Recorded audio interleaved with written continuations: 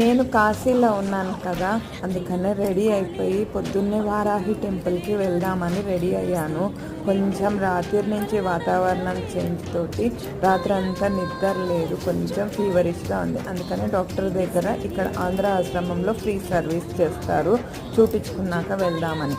ఈరోజు ఆంధ్ర ఆశ్రమంలో షష్ఠి పూర్తి ఉంది, అది చూసుకొని టిఫిన్ చేసేసాను. ఇంకా డాక్టర్ దగ్గరికి వెళ్ళి డాక్టర్ దగ్గర అయితే చూపించేసుకుంటాను.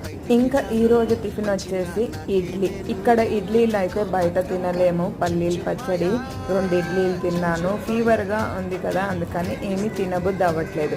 అల్లం పచ్చడి, కారం పొడి అసలు సూపర్గా ఉంది. ఇంకొకటి కూడా చూపిస్తాను, పెసరట్టు ఉప్మా.